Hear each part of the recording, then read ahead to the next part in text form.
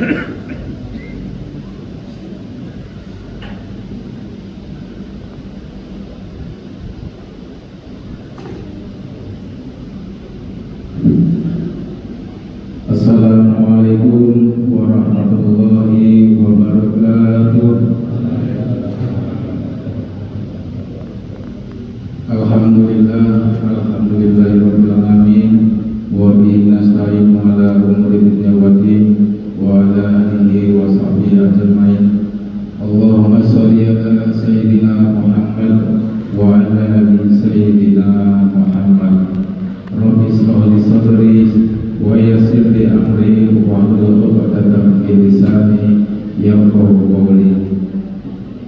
Pertama-tama dan paling utama, marilah kita panjatkan puja dan puji serta rasa syukur bila kehadirat Allah Subhanahu wa taala, bahwasanya pada kesempatan malam tarawih yang ke-25 ya, kita masih didengarkan melangkah kaki kita untuk menunaikan ibadah-ibadah di bulan suci Ramadan. Salawat serta salam kita sanjungkan kepada Nabi besar Muhammad sallallahu alaihi wasallam beserta sahabat dan keluarganya. Mudah-mudahan kita mendapat syafaat beliau di yaumil akhir. Amin amin ya rabbal alamin. Yang saya takdirkan Ketua Dewan Kemakmuran Masjid Baitul Muttaqin beserta pengurus, para ustadz, ustazah, para sesepuh serta jamaah sholat isya yang insyaallah akan dilanjutkan sholat tarawih yang insyaallah dimuliakan Allah Subhanahu wa taala. 2 minggu yang lalu Pak DKM dan seksi Ubudiyah itu minta kepada seksi PHBI untuk berkenan mengisi kultum pada kesempatan malam hari ini. Jadi kemarin teman-teman yang ada di seksi Ubudiyah saya kontak, kira-kira siapa yang berkenan itu. Sepertinya masih belum mau dan malu-malu. Jadi perkenalkan malam hari ini saya ingin menyampaikan kultum yang ingin sifatnya ringan-ringan aja ya Pak ya, karena secara keilmuan banyak ustaz-ustazah yang mempunyai ilmu yang sudah sangat mumpuni. Pada malam hari ini, yaitu karena kita sebentar lagi mau masuk ke dalam hari yang fitri, seperti halnya kita populer yaitu istilahnya mudik Pak. Jadi warga Indonesia ini dari tahun ke tahun selalu melaksanakan mudik. Jadi saya sampaikan beberapa kiat-kiat mudik untuk menggapai ridha Allah Subhanahu wa taala. Jadi yang pertama, karena bapak-bapak dan ibu-ibu mencari nafkah di Jakarta, jadi seyogyanya lebih afdol yang pertama Bapak Ibu sekalian untuk berzakat fitrah terlebih dahulu sebelum melaksanakan mudik.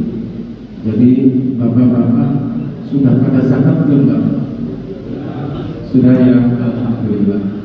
Jadi semalam panitia itu sedang mengevaluasi. Jadi kalau tahun lalu kurang lebih ada sekitar 700 mustahil. Jadi malam tadi baru ada 155. Jadi dimohon kepada bapak-bapak mempercayakan kepada panitia untuk menerima, mengelola dan menyalurkan. Insyaallah H-2 zakat bapak-bapak yang sudah diamanatkan kepada panitia akan disalurkan kepada yang menerima atau yang berhak. Untuk selanjutnya, setelah bapak-bapak melakukan zakat, tentunya pasti lebih tenang, bisa pulang kampung. Jadi zakatnya sudah didistribusikan di Pondok Permen, lebih khususnya di Masjid Baitul Muttaqin. Jadi tips kedua yaitu jangan lupa untuk berdoa. Nah pasti bapak-bapak dan ibu-ibu sudah biasa seperti itu ya. Jadi untuk yang pertama yaitu doa keluar rumah. Doanya seperti apa Pak Bu? Bismillahirrahmanirrahim, tawakkaltu 'alallah, la haula wala quwata illa billah. Coba bilang Pak. Bismillahirrahmanirrahim, tawakkaltu 'alallah, la haula wala quwata illa billah. Jadi setelah siap-siap itu Bapak packing, jangan lupa kompor dimatikan, lampu dimatikan, cabut beberapa listrik yang tidak diperlukan. Setelah menutup pintu, berdoa Bismillahirrahmanirrahim, la haula wala quwata illa billah. Nah, selanjutnya setelah kita naik kendaraan, jadi dulu Allah mengajarkan ke Nabi ada doa juga setelah masuk kendaraan, yaitu Bismillahirrahmanirrahim, majreha wa mursaha, inna rabbina la'afurur rahim. Dan ada juga Allah berfirman di dalam surat Az-Zukhruf yang bunyinya subhanalladzi sakhkhara lana hadza wa ma kunna lahu muqrinina wa inna rabbina lamunqalibun. Jadi silakan nanti Bapak Ibu buka surat Az-Zukhruf ayat 13 sampai 14 yang artinya Maha Allah yang telah menentukan semua ini bagi kami, padahal kami sebelumnya tidak mampu menguasainya, dan sesungguhnya kami akan kembali kepada Tuhan kami. Jadi untuk selanjutnya poin ketiga, walaupun kita dalam melaksanakan perjalanan atau dalam istilahnya safar itu adalah kata kerja, kalau orangnya itu adalah musafir. Jadi orangnya namanya musafir, kata kerjanya safar. Nah, kalau sholat 5 waktu itu hukumnya wajib, jadi tidak boleh ditinggalkan. Namun dalam kondisi safar atau dalam perjalanan kita diberikan kemudahan. Ini suatu hadiah dari Allah. Jadi pernah diriwayatkan dalam suatu hadis bahwasanya kita diberikan keringanan itu adalah bagian dari sedekahnya Allah kepada umatnya. Jadi kalau kita kenal yang namanya sholat jamak itu yaitu menggabungkan 2 sholat di dalam satu waktu. Jadi kalau sholat jamak itu ada 2 ya Pak. Sholat jamak tadi itu sholat yang dikerjakan di awal waktu. Contoh misalkan yang bisa dijamak hanya sholat zuhur dan sholat asar. Selanjutnya sholat maghrib dengan sholat isya. Jadi kalau seandainya kita mau berangkat jam 11 siang, tujuan dari Bekasi ke mana ya? Ke Cebu misalnya. Udah tahu Cebu Pak? Belum tahu Pak Selamat ini tahu Cebu ini kalau Borali dari Bekasi itu sekitar 600 km. Jadi syarat fikihnya safar salah satu diantaranya yaitu jarak tempuhnya lebih dari 80 km. Jadi di dalam ketentuan jarak tempuh yaitu 4 buruz, yaitu 16 farsakh. 16 farsakh itu ada yang beberapa ulama menyampaikan satu farsakh itu jauhnya sekitar 5 sampai 5,5 km. Jadi diambil yang paling pendek itu di 80 km. Jadi beberapa ulama sepakat mengambil di atasnya yaitu 81 km.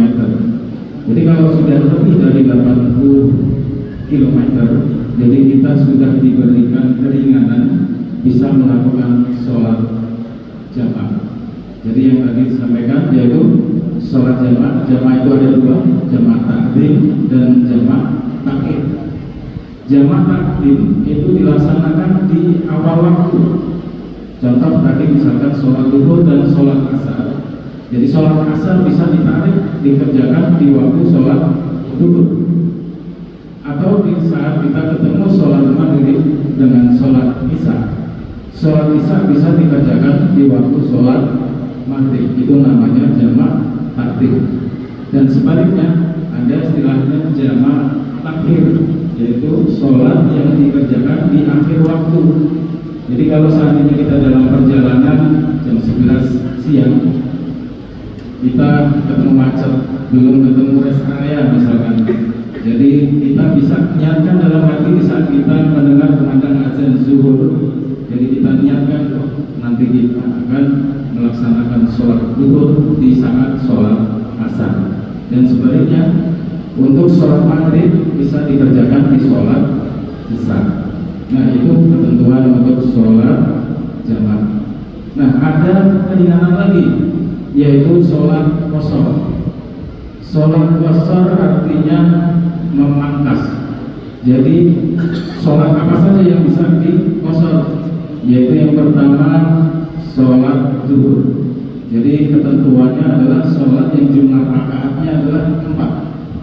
Jadi 4 rakaat bisa diqashar, bisa diringkas menjadi 2 rakaat. Jadi sholat zuhur, sholat asar, dan sholat isya.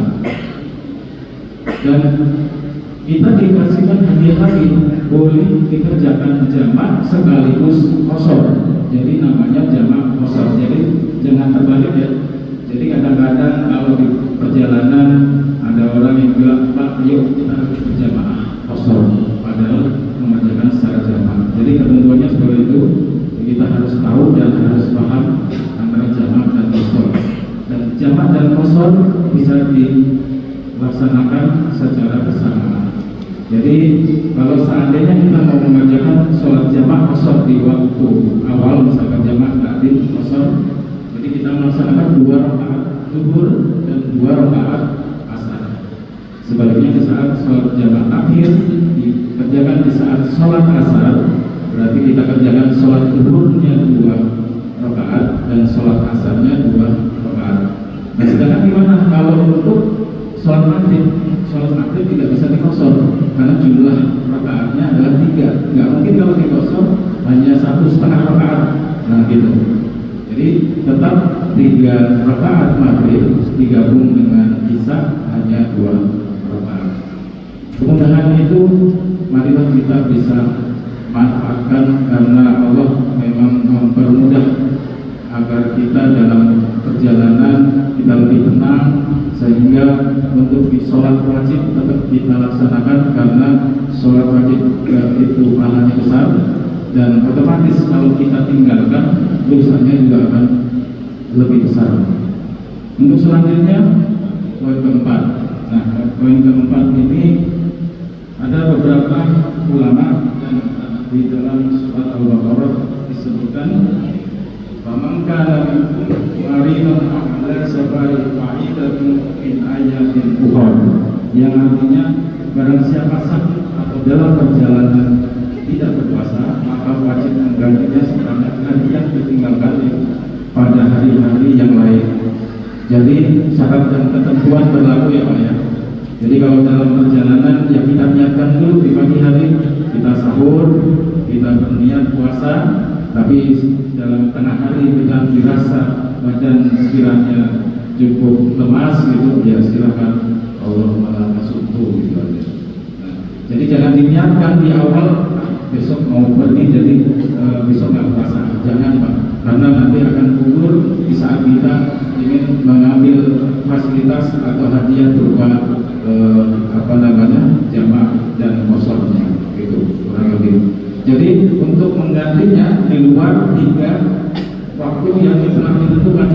Jadi kalau seandainya kita perjalanan 1 hari tidak berpuasa, jadi kita wajib menggantinya atau mengkodok puasanya. Jadi misalkan 1 hari ya kita ganti, kecuali 3 waktu yang tidak boleh kita menggantinya. Yang pertama hari raya Idul Fitri, yang kedua hari raya Idul Adha, dan yang terakhir hari Tasyrik. Itu yang kurang lebih singkat uraian yang bisa kami sampaikan. Mudah-mudahan yang benar dari Allah Subhanahu wa taala, dan yang salah murni dari kekhilafan dan kebodohan bisa Subhanallah wa bihamdik asyhadu an la ilaha illa anta astaghfiruka wa atubu ilaik. Simpan Al-Quran di tempat yang bersih. Cukup sekian dan terima kasih. Wabillahi taufiq wal hidayah. Wassalamualaikum